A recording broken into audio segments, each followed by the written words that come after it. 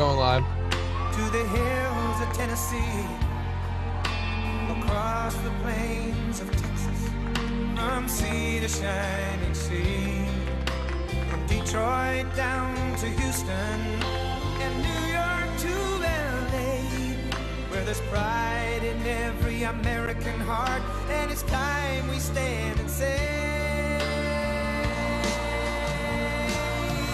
that I'm proud to be an American, where at least I know I'm free, and I won't forget the men who died, who gave that right to me, and I gladly stand up next to you and defend her still today, 'cause there ain't no doubt I love this land.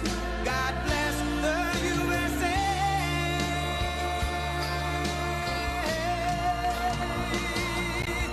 And I'm proud to be an American, where at least I know I'm free, and I won't forget the men who died, who gave that right to me, and I gladly stand up next to you and defend her still today, 'cause there ain't no doubt I love this land. God bless the USA.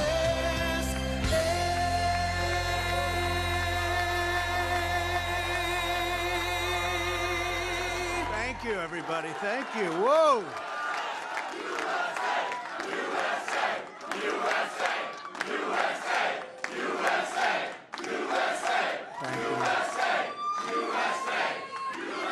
Well, I want to thank everybody. This is a fantastic state. This is a great, great state. You know, we won New Hampshire 3 times now. Three. We win it every time. We win the primary, we win the generals, we've won it, and it's a very, very special place to me. It's very important. If you remember, in 2016, we came here and we needed that win, and we won by 21 points, and it was great. And today, I have to tell you, it was very interesting because I said, wow, what a great victory.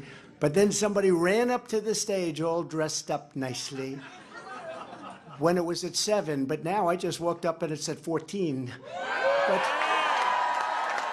she ran up when it was 7.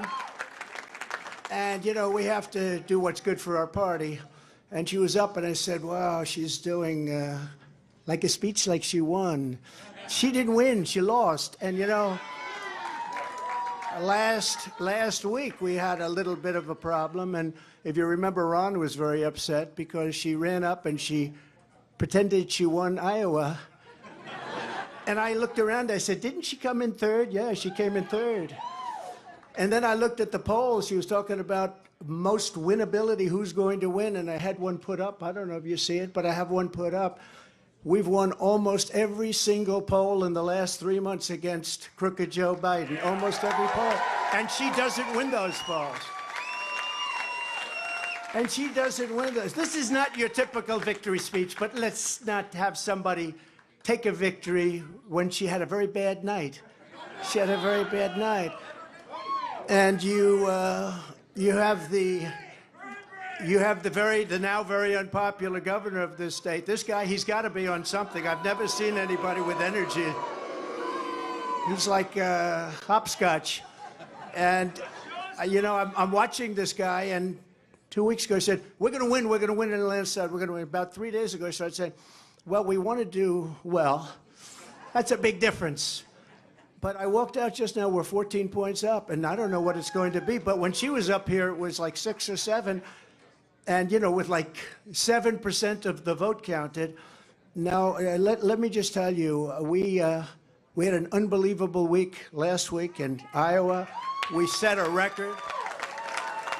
It was the best in the history of the caucus, in the history. And I remember I sort of had the same feeling. I'm up and I'm watching, and I said, she's taking a victory lap. And we beat her so badly, she was, but Ron beat her also. You know, Ron came in 2nd and he left. She came in 3rd and she's still hanging around. The other thing, she only got 25% of the Republican votes. I don't know if you saw that. tremendous numbers of independents came out because in this state, because you have a governor that doesn't frankly know what the hell he's doing, in this state, in the Republican primary, they accept Democrats to vote. In fact, I think they had 4,000 Democrats before October 6th. They already voted. Now, they're only voting because they want to make me look as bad as possible. Because if you remember, we won in 2016. And if you really remember, and if you want to play it straight, we also won in 2020. By more. And we did much better in 2020 than we did in 2016. But as they said, we lost by a whisker, just by a whisker. No, no, no, but we can't let that happen. You know, you have to have people that speak up. I said, I can go up and I can say to everybody, oh, thank you for the victory, it's wonderful, or I can go up and say, who the hell was the imposter that went up on the stage before and like claimed a victory? She did very poorly, actually. She had to win. The governor said, she's going to win, she's going to win, she's going to win. Then she failed badly. Now I have here, if he promises to do it in a minute or less, but the only person more angry than, let's say me, but I don't get too angry, I get even. The only person, because he was there, and he did fantastically well, by the way, and then he endorsed me. And we don't have to talk about Tim Scott, who, by the way, just got engaged, we have to tell you. And that's more important than all of this stuff. But a man that got to know her very well is Vivek. I said, Vivek. I said, Vivek, go up and say a few words about it. He has to do it in 1 minute or less, and then we're going to just say, we had one hell of a night tonight. And one other thing, before Vivek comes, do you see that poll? We're going to put it up. We have beaten Biden. You could almost say, who can't? Who the hell can't? The man can't put two sentences together. He can't find the stairs off a stage. Who can't? But Vivek, 1 minute or less. Go do it, Vivek. What we saw tonight is America first defeating America last. That's what we saw tonight. If you want America last, you can go to Joe Biden. You got another candidate still apparently in the Republican primary. Cut your Social Security to fork over more money to Ukraine so some kleptocrat can buy a bigger house. Go to Nikki Haley. But you know who delivered a double-digit victory tonight? It is a double-digit victory as of right now, is this man, Donald J. Trump, the leader of America First. And that means something. Now, USA and Donald Trump, America First. Now, I got 30 seconds left. I want to make this point here, okay? We got to say this right. What we see right now with her continuing in this race is the ugly underbelly of American politics, where the mega donors are trying to do one thing when we, the people, say another. And it's up to us, we, the people, to at long last say, hell no. We, the people, create a government that is accountable to us. And we, the people, have said tonight, we want, again, as we did in Iowa, Donald J. Trump. And so you want to actually speak truth. That's the truth tonight. And the only thing they're rooting for is an ugly thing that we don't want to see happen. That's what these people are rooting for, is playing to say long enough so the Reid Hoffmans and the ugly Democratic George Soros Jr.'s who are funding the lawsuits against Trump can prop up their puppet. We say no to that vision. I say the general election begins tonight, and this man will win it in a landslide. God bless you, Donald J. Trump. Vote Trump, USA.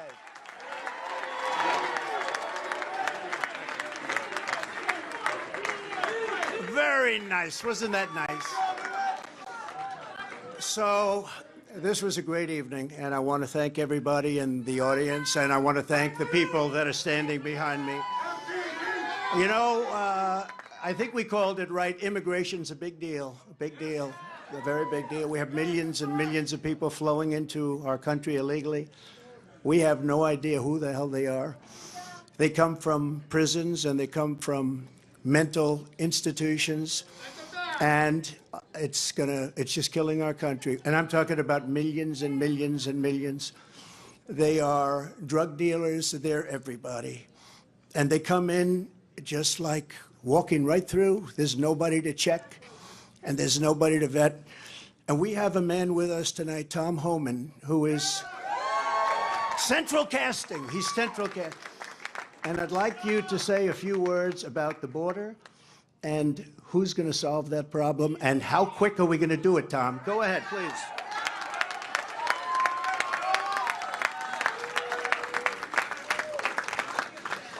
Look, I worked for 6 presidents down around Reagan, and every president I ever worked for did something to secure the border. But no one did more than President Trump, the most secure border in my lifetime. The most secure border we've ever seen. And Donald Trump's going to do it again. We're going to lock the border down, and we're going to protect Americans. Because what's happening at the border right now, a record number of Americans have died from fentanyl poisoning, a record number of migrants have died, a record number of women and children have been sex trafficked, a record number of known suspected terrorists across the border. There's one man who's proven he can secure the border, and he's standing to my left, Donald J. Trump. He's going to do it again.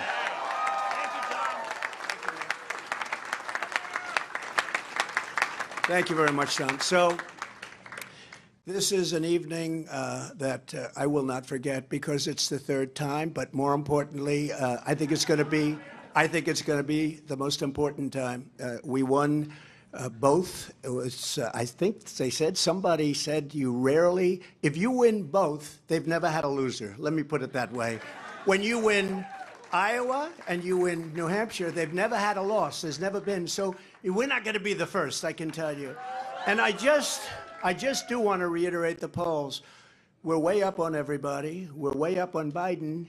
And over the last couple of months, if you check, and you have to remember, in 2016, they were saying, oh, what does he know about elections? He's not going to win. He can't win. He can't. Well, we won. And we got millions, and you can check this, and I hope the cameras don't turn off because they hate this, but we got millions and millions of more votes the second time. Right, Mr. Congressman? Millions and millions of more votes. And but we had COVID, and they used COVID to cheat, and they did a lot of other things, too.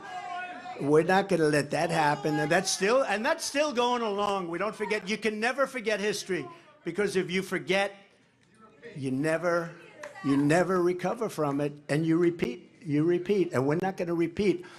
We're going to have the greatest election success. We're going to turn our country around.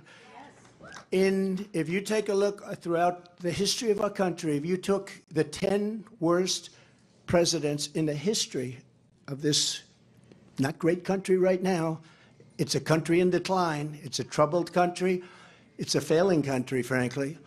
But if you took the 10 worst presidents and put them together, the 10 worst, absolutely 10 worst. I used to say 5. Remember, I'd say 5.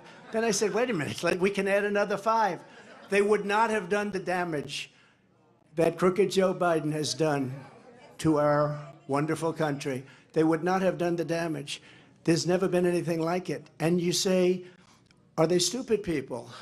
I don't think so, because nobody can cheat that well if they're stupid. Do they hate our country? They must hate our country, because there's no other reason that they can be doing the things they do. Take a look. The taxes, they want to raise your taxes times 4. They want to let the Trump tax cuts, the biggest tax cuts in the history of our country, they want them to expire. Your taxes are going to go through the roof. You take a look at regulations. They're throwing regulations. You can't breathe. You can't even breathe with what they're doing. You take a look at our border. So bad. There's never been a border like this in the world. 4 years ago, we had the safest, best border in the United States. I built hundreds of miles of border wall. And they always say, oh, he didn't build hundreds of miles, because if there's a board laying on the ground, they say that's a renovation. They call it a renovation. If there's 2 nails laying from 50 years ago, they say, oh, that was a renovation. These are very dishonest people, and you're always fighting them. And just a little note to Nikki. She's not going to win. She's not going to win. But if she did, she would be under investigation by those people in 15 minutes. And I could tell you 5 reasons why already. Not big reasons. A little stuff that she doesn't want to talk about. but she will be under investigation within minutes. And so would Ron have been, but he decided to get out. He decided to get out. Now, Vivek, I don't think would be at all because he's perfect, right? And Tim Scott, I know would never. That's no chance. Hey, Tim, do you want to say something? Come on, come on. I want him to say something. Look. New Hampshire. The president said a double-digit win in New Hampshire, and you delivered a double-digit win for President Trump. But I'm going to invite you to my home state starting tomorrow, where this election is over. It is time for the Republican Party to coalesce around our nominee and the next president of the United States, Donald Trump. Let's get that party started tonight. What a good guy. What a good man he is. But just remember, I did hear Nikki say, and now it's off to South Carolina. Well, I love South Carolina. I love it. But, you know, she forgot one thing. She forgot one thing. Next week, it's Nevada. Next week, it's Nevada. It's not South Carolina. We love South Carolina, but next week, it's Nevada. And I'm pleased to announce we just won Nevada. We just won 100%.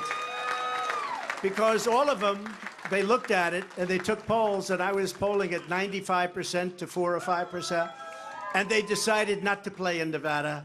So we just won Nevada. We have a man from Nevada here, Steve Wynn, wherever he may be, and John Paulson, the great John Paulson, made plenty of money in Nevada. Doesn't live there, but he makes a hell of a lot of money. He makes money everywhere he goes, actually. So money machine. Maybe we'll put you, you know what? Put him at Treasury. You want to make a little money? Let's put you. Anyways, good to have you guys. But we go to Nevada, and that's been won, so we pick up all of those delegates. And then we do go to South Carolina, where we've done really well, where I've done well. We have a great governor and lieutenant governor and great everything, because almost every one of them have endorsed me. 2 great senators, which is hard. I mean, did you ever think that she actually appointed you, Tim? And think of it, appointed, and you're the senator of his state, and she endorsed me. You must really hate her. No, it's a shame. It's a shame. Uh-oh. I just love you. No, that's why he's a great politician. That's why he's a great politician. So this is a great evening, and it is, you know, we are going to Nevada for a little while. We're not going to have to do too much. We have a great team there, but it's a team that we can now send someplace else. They did a fantastic job, but and it's a fantastic place, really a fantastic place. But we'll be leaving there very quickly. We'll head out to South Carolina, where I think we're going to win easily. I think we're 50 points up, 5-0. 5-0, 50 points up on a person that was governor. That tells you something. But I felt I should do this because I find in life you can't let people get away with bullshit, okay? You can't. You just can't do that. And when I watched her in the fancy dress, that probably wasn't so fancy, come up, I said, what's she doing? We won.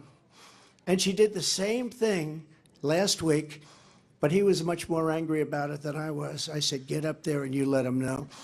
We are going to win this. We have no choice. If we don't win, I think our country is finished. I do. I believe our country is finished. We have an opportunity to do something so amazing. And the good news, and the reason we have such support, the best numbers I've ever had, the reason we have support is because they are so bad at what they're doing and so evil, and they're destroying our country. So I want to thank everybody for being here. I want to thank this group of people. We will never forget you. We will never forget. And I made a pledge. I made a pledge to your state that you have the highest energy costs in the country. In the first year, they're going to be reduced by 50% because we are going to drill, baby, drill. Drill, baby, drill. Inflation's going to come way down.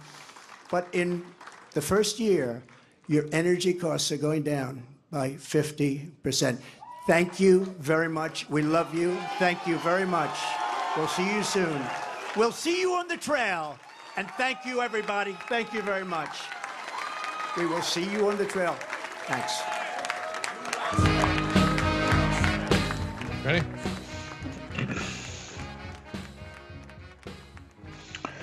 Well, there you have it. There's former President Donald Trump addressing his supporters there in New Hampshire after it was announced now that he has won in New Hampshire by, I think he's up by, we'll get into the latest numbers. Last I looked, he was up about 8% with 40% of the vote in. And so a little narrower than the polls had, but that was a little bit to be expected because this was a stronger state for Haley. And also DeSantis had dropped out of the race, so maybe some of those supporters went over Haley's way, maybe changing those polling numbers a little bit. But we'll get into all the details there about what Trump said, about what Haley said earlier. She spoke as well, but I want to bring in CBN's chief political correspondent, David Brody, and CBN's Matt Galka. Gentlemen, how's it going this evening? It's going well, Dan. Good to see you. Great to be here. Good to see you. All right. I mean, lay it on me, guys. What's your reaction to the? I mean, Haley spoke earlier. She kind of talked about having, hey, I came from 2% and I've got this momentum now. She said she's staying in, and Trump sort of just shot some arrows at those ideas right here. What's your guys' reaction to tonight? Well, I mean, it's over, obviously. I mean, look, the only way Nikki Haley could possibly even win any sort of primary is to try to win it without Republican voters. And that's a problem. How do you win a Republican primary if you can't win Republican voters? And that was what we saw tonight. Look, it couldn't have been any better for Nikki Haley tonight, and she still lost. As a matter of fact, she'll probably end up losing by about 10 to 12 points. And why do I say it was so great for Nikki Haley? Look, if you look inside the numbers, and once again, time to geek out as I go into rehab for political geekology. The truth of the matter is that there were only 49% of people that voted in the Republican primary that were Republicans. Only 49%. 45% were undeclared or independent. 6% were Democrats. That's 51% of the electorate. That is unheard of. Look, in 2016, it was about 36%. So it went from 36% of the electorate in New Hampshire that was undeclared independent Democrat in 2016, 36%, to 47%, or excuse me, 45% tonight.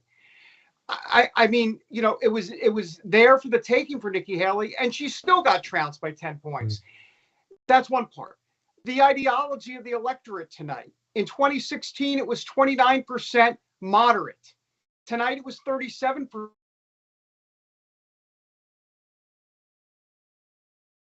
And she still lost. There he goes. He's back.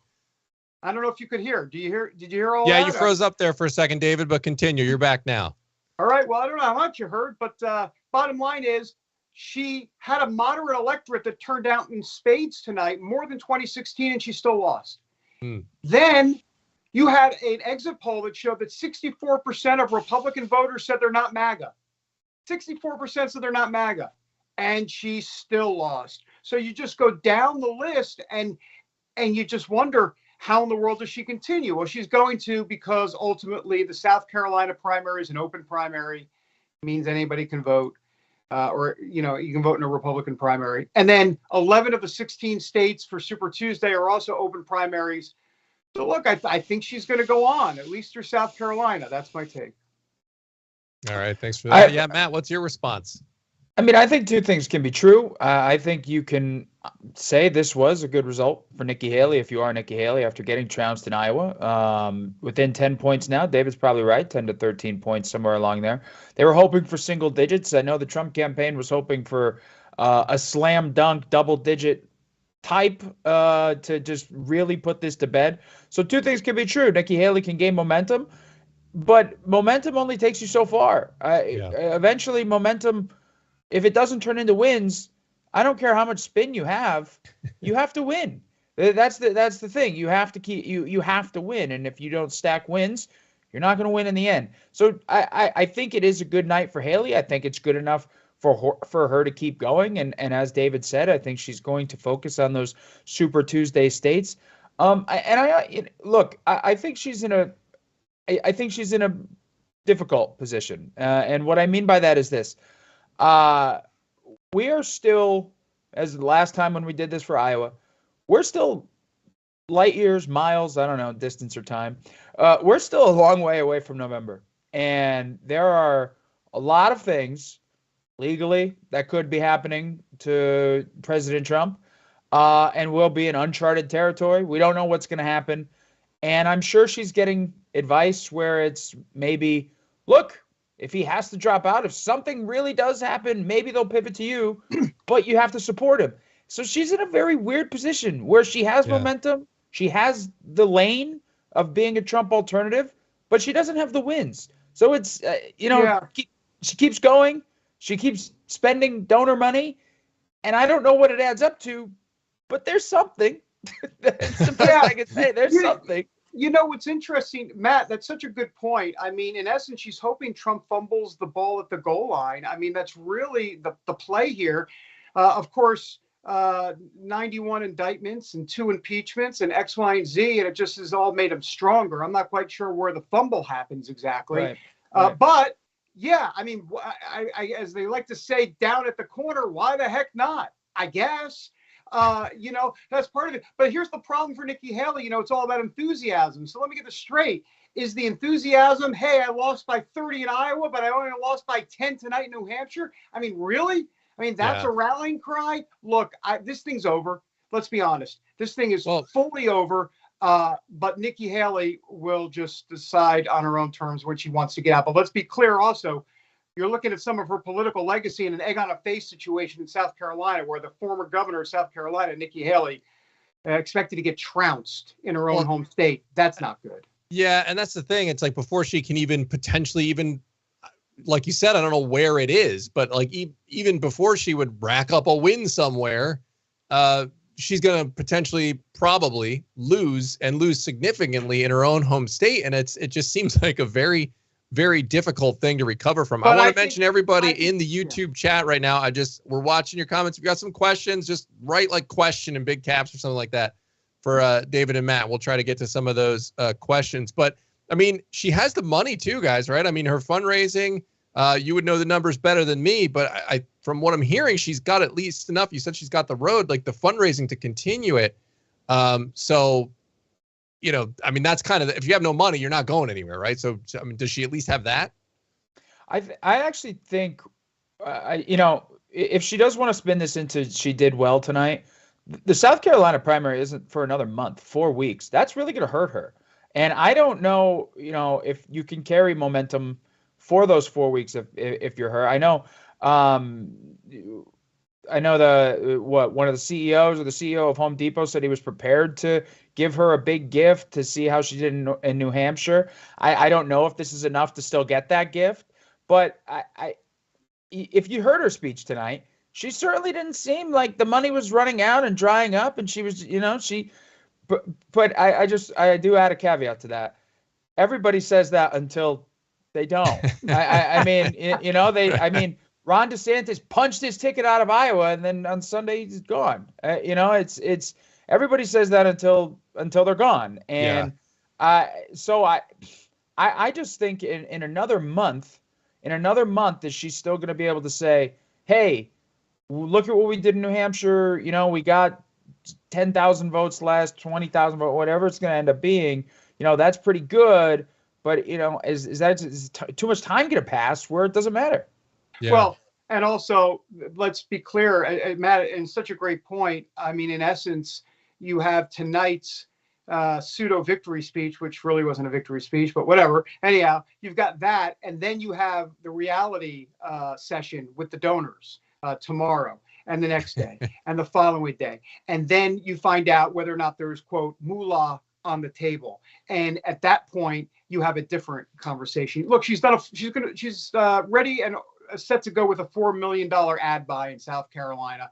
We'll see. We'll see if that money actually and the whole campaign materializes in South Carolina. But we'll see. Well, And there's an interesting thing. We'll shift a little bit towards Trump. He was obviously turning the guns a little bit towards President Biden at this point. And I mean, they're obviously eager to sort of move on and get talking about the head-to-head matchup with President Biden, when Trump inevitably, as it looks, will secure this nomination. But he still, guys, has to sort of be cognizant of the fact that, okay, he has this huge lead. He's got a massive lead, but there's still a sizable chunk of people who were going in a different direction than Trump, right? And so in order for him to win, we see how close these national elections are increasingly every year. The country's pretty evenly divided.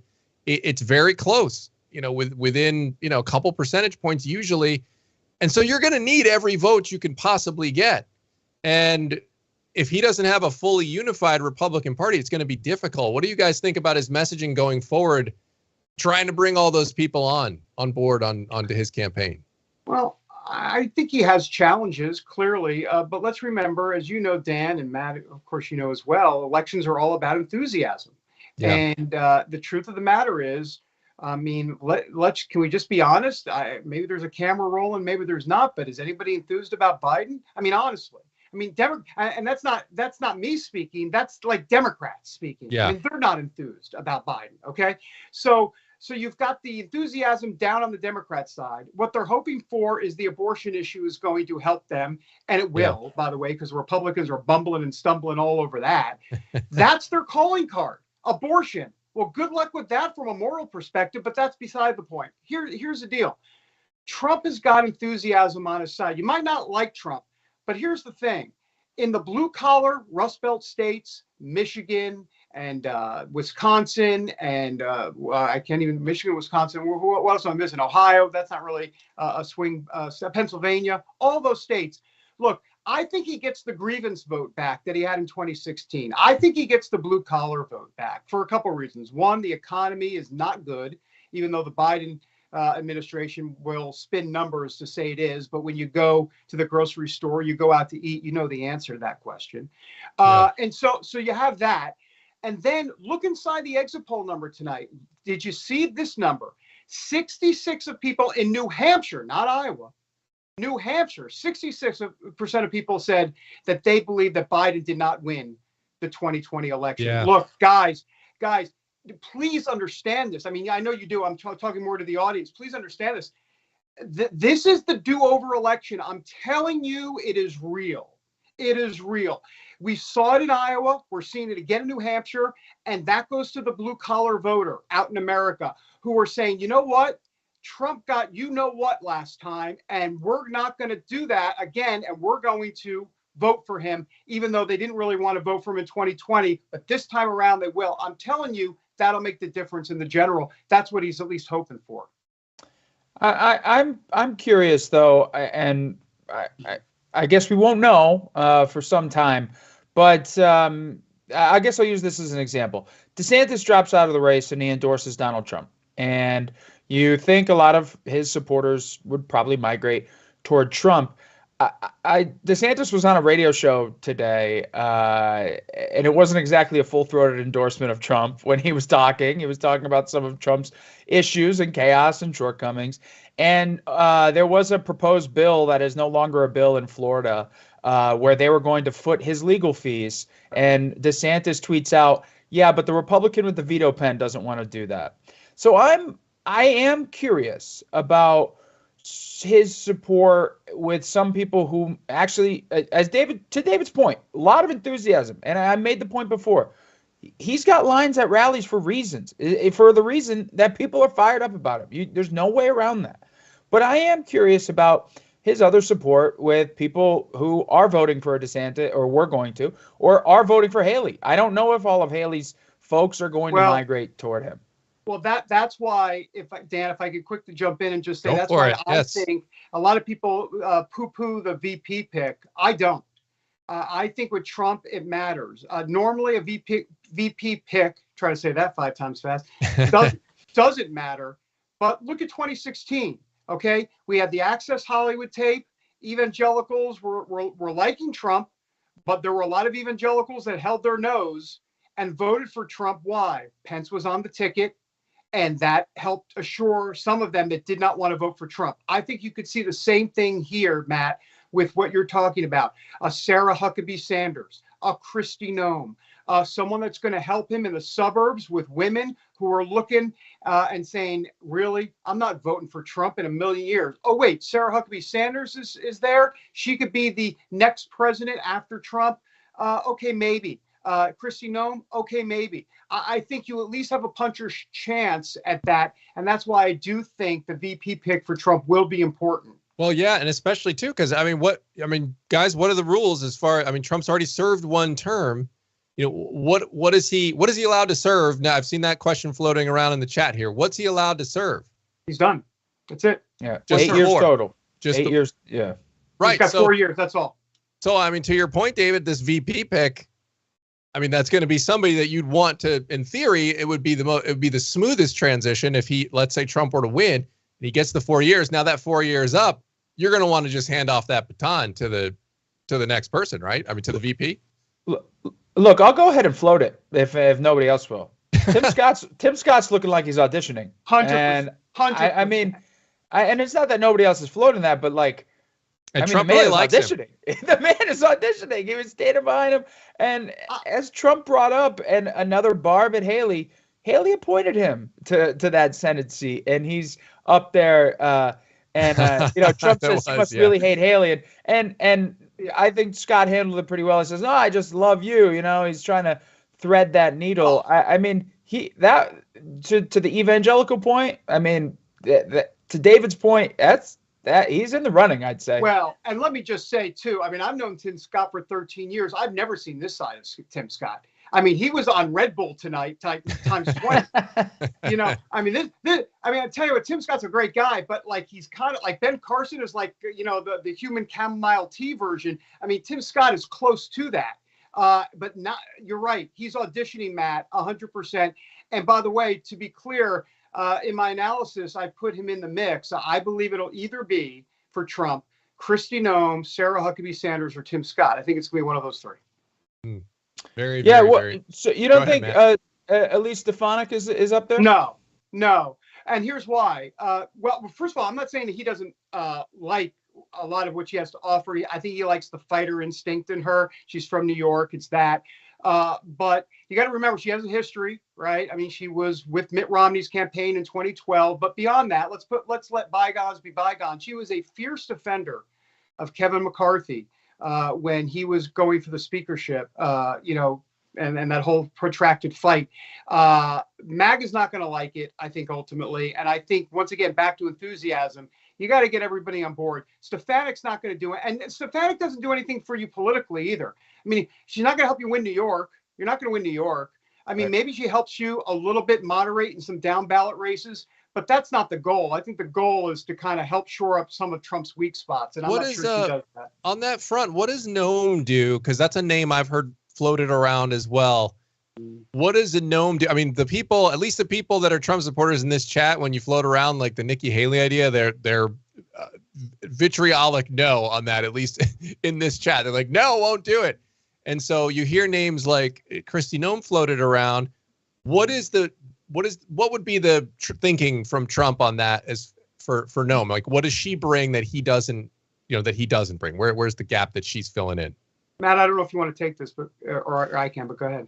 I think you're more well versed in this one, but I mean, I'll throw out a thought. I mean, I think first and foremost, and we won't get into policy right now. We'll just get into optics. I think picking a female vice president is good for optics. So when you talk about the electorate, the section of the electorate he has to try to win over, which is suburban women.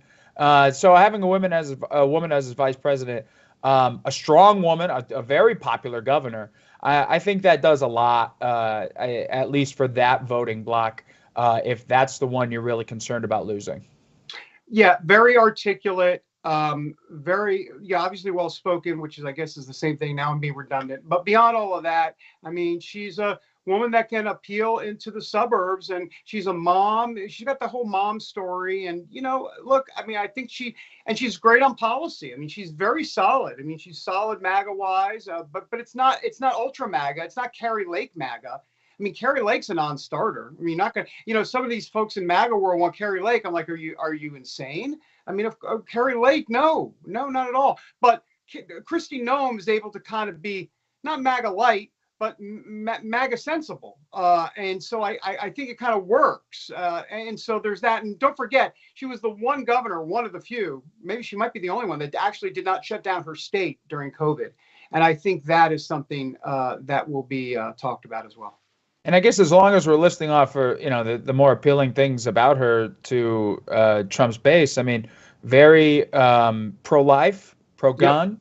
Yep. And Dan, as you mentioned, youth.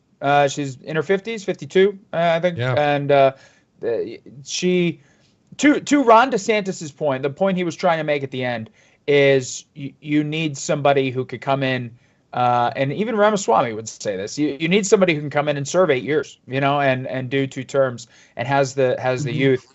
So that's, I mean, she does check a lot of boxes for sure. Yeah, she softens him too. She softens him. Yeah. Yeah, indeed. And, David, you mentioned the possible legal stuff coming up, of course, all the indictments that happened.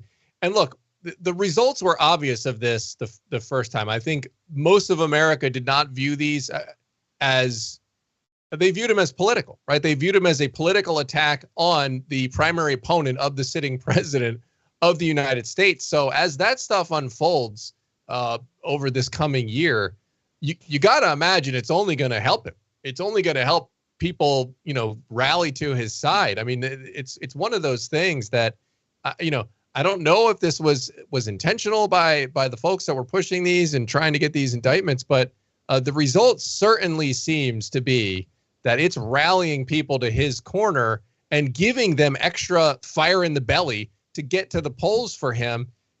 Do you guys see that continuing as more news drops throughout the months on whatever the next steps in these indictments are? Yeah, it doesn't matter. I mean, he's got the Teflon quality, but beyond all of that, the narrative has been created. And we know that in politics, once the narrative is created, that's it. It's game, set, match. And the narrative here is that there's been a weaponization of government against, in this case, Trump. But let's remember, it's not just Trump, right? Yeah, Mark Houck. Thank you. I was just about to bring up Mark Houck and all the pro-lifers and the DOJ and the FACE Act and all that. And I can go on, and then you can just go into other facets of this as well. So look, this is not just about Trump. I think they see Trump and they go, well, wait a minute, what are they doing to pro-lifers? Wait a minute, what are they doing to X, Y, and Z groups? And I think that's the tie that binds, and that's why this isn't just unilaterally about Trump. I think they actually see it playing out, maybe not necessarily in their lives, but they see what they believe is to be a corrupt DOJ is doing to people of faith.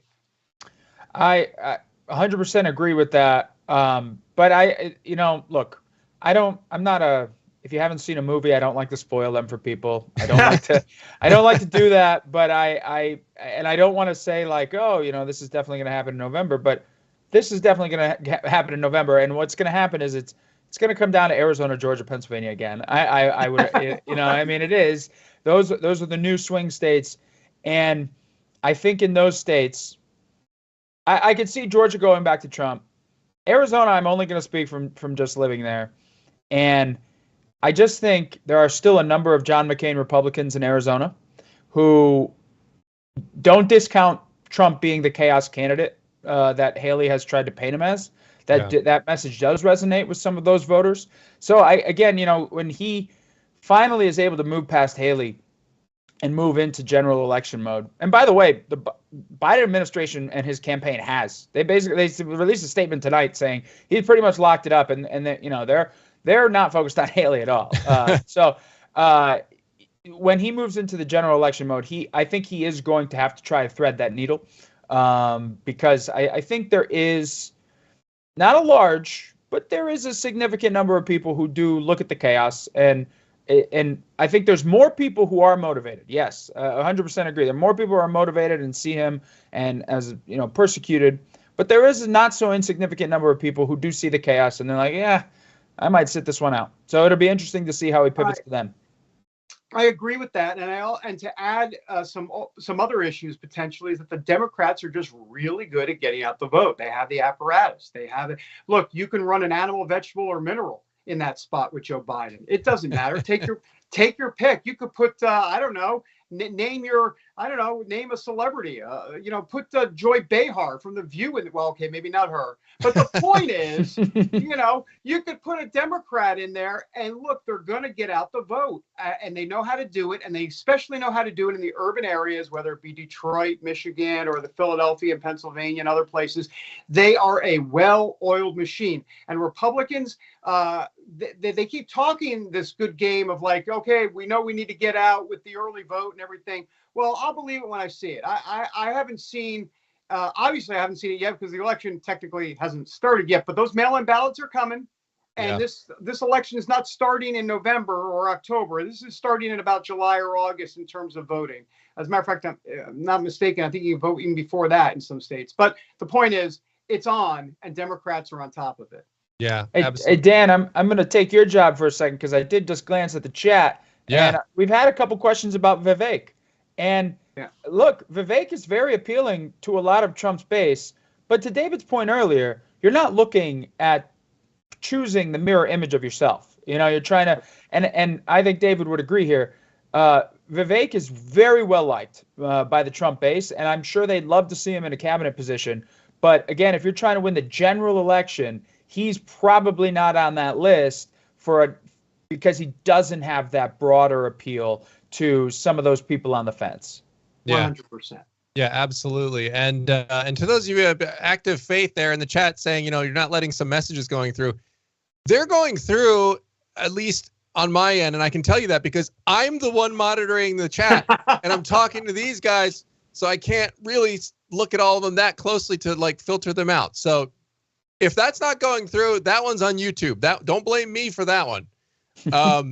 Guys, I want to talk about the narrative game that's going on here. And that's going to be once this thing does finally get head to head. And, we actually, Haley does eventually, as we all suspect, is eventually going to hang it up. Am I right in saying that this is really going to come down to who can more effectively message? As you talked about, the abortion thing is going to be something that they bring up. They're going to fearmonger on Trump, talk about January 6th. They're just Trump, and democracy is at stake, yada, yada, yada. They're gonna play that game. Meanwhile, Trump's going to be actually talking about, well, wait a minute, life, was it better for you, worse for you? We're going to talk about reality and facts on the ground, the things that people are dealing with. That's what he's going to want to make it about because by a lot of measurements, things have clearly gotten more challenging for Americans on several fronts. So what do you guys see happening in that narrative game? Who do you see kind of having a leg up on that? Well, first of all, you're absolutely right. And the narrative, by the way, has already been set, right? I mean, the Biden campaign, Donald Trump is a threat to democracy. The Republic is at stake. And you'll hear that every day. As a matter of fact, I was with my mother, who happens to be liberal, out for about a week in Santa Fe, and I listened to MSNBC for a week. And oh my goodness, that's all it is about. Threat to democracy, threat to democracy. And I needed, a couple of Tylenol afterwards. Yeah, thoughts and prayers for you on that one. Right. So, but look, you go to Fox News, you go to some conservative websites, and it's the exact opposite, that Joe Biden is the devil incarnate. So this is the narrative from both sides. And in answer to your question as to who has the better play, I think on paper, and that's the key, that's always the kiss of death on paper, because that means nothing. They got to, as Matt, as you know, as a football guy, you got to play the game. That's why they play the games. That's why they play the game. Said Tony Dungy said, no, I don't know if someone said that. Oh, that was that Kansas City Chiefs coach. Anyhow, Herman Edwards, that's right. Anyhow, I'm diverting because it's late at night. Sorry. Look, here's the deal. Trump's got the advantage on paper. And why? Because he has a lot of different cards to play. The Biden administration has one card to play. If Trump's a threat to democracy, you can't vote for Orange Man bad. He's really bad. Yeah. Whereas Trump has got it. Yeah. So I think immigration specifically is something that Trump can harp on, the economy, and then you just go down the list from there. He's got a lot of different issues to play with. And look, I'll tie it into Capitol Hill right now. There's a debate going on over an immigration bill. Yeah. A bipartisan immigration bill from the Senate will likely be rejected by the House. The House passed their stricter immigration bill last year, will never get taken up in the Senate. And look, I think on the surface, you have Senate Republicans, Mitch McConnell, Senate leadership that say, at least on paper, again, they want to get something done on the border, and this is their only chance to do it, because even if they had Republican control in both chambers, they wouldn't have a supermajority, the 60 votes likely. So this is their only chance to do something on the border. And in the House, they're saying, well, it's not enough. It's not enough. It's not enough. But what's underneath the surface? It could be a win for the Biden administration. And if you're a Republican in Congress, you don't want to hand them that win on what is now polling as the biggest issue for voters. And so it's another, and Trump even said, don't do it. don't do it. Because it's, if it did help the situation, that's enough, that could sway the election. So, you have that at play. And I will say, David, I think Democrats they do have more than January 6th, and that is the abortion issue, which they will heavily play. And that has been, look, in some of the midterm elections or some of the special elections we've seen with state referendums, we've seen that be a winning issue for that side. So, we're going to hear a lot about that over the next few months. That's a great point. Yeah, and it'll be interesting to see, too, how the age issue plays, because while Trump is also in his mid-late 70s and Biden's 80, Trump, just from the eyeball test, the wear and tear doesn't look quite as it does with Biden. Just looking at what I'm seeing there with the stumbles and all of that, Trump seems to be a little bit ahead on that. But I don't know how much that negates.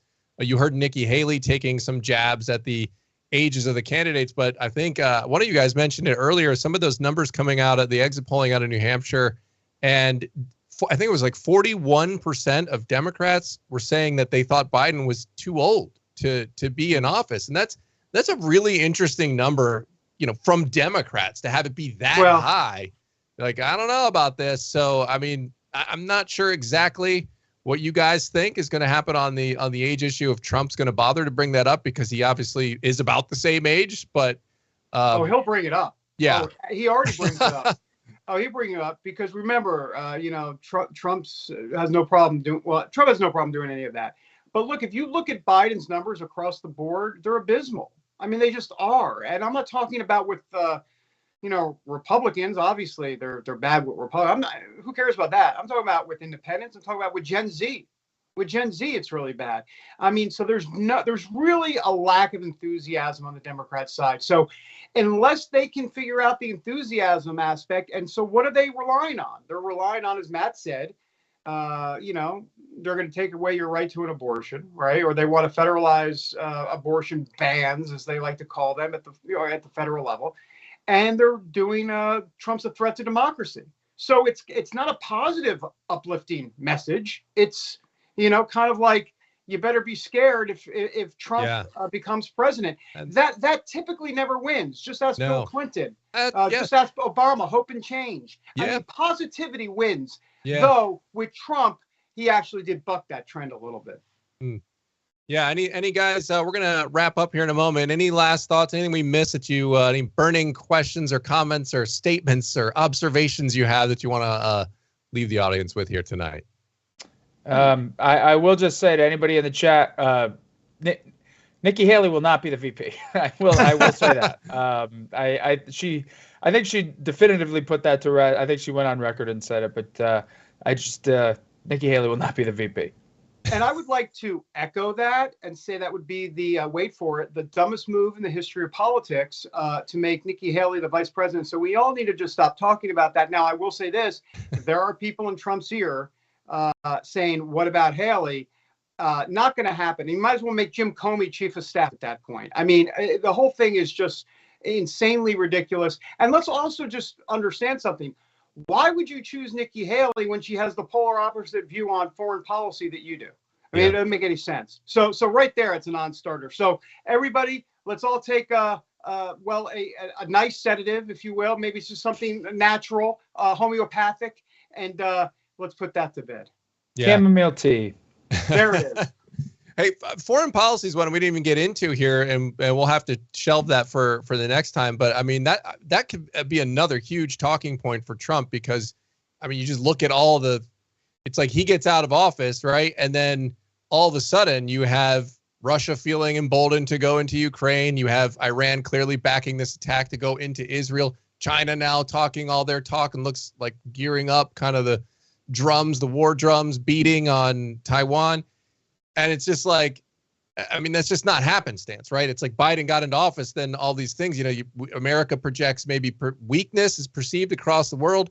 And then all of a sudden, all these dominoes start falling, and, the ripple effect, we all pay for that. Well, and can I just quickly say something on that? I mean, the thing with Trump, I mean, we didn't have any new wars, if you will, under Trump. He was getting us out. But beyond all of that, let's be honest. World leaders look at Trump and know, he might hit the button. He might hit the button. Thank you for saying it. He might. And you know what? He probably would. And so they know that. And so they're not going to mess around with him because they think he might be a little nutso, so to speak. Let's be honest. Well, I call him crazy like a fox, but some people might just call him crazy. Either way, the world leaders, they're scared. They're like, wait a minute, we better not mess with this guy. It's the art of the deal. It's always been the art of the deal with Trump, you know? Yeah. Well, we could call up Soleimani and ask him about it, but Trump hit the button on him, and everyone was saying that was going to start World War III with Iran, but it didn't. Iran apparently wasn't feeling up to the task there. But anyway, there's a lot we could talk about there. We'll leave it there for now. Matt, David, appreciate you guys as always. And look, we'll do this again next week if there is a next week in this campaign. If Nikki does indeed do what she was promising there tonight and keep fighting it out till South Carolina. But we would love to update you all on that. Make sure you're over at cbnnews.com watching all the reporting from Matt and from David as they're covering the campaign so well and the election so well. So, guys, appreciate it. Everyone in the chat, thanks so much for being here. God bless you all. And we'll see you next time. Have a great night, everybody. See you guys. See you, everybody.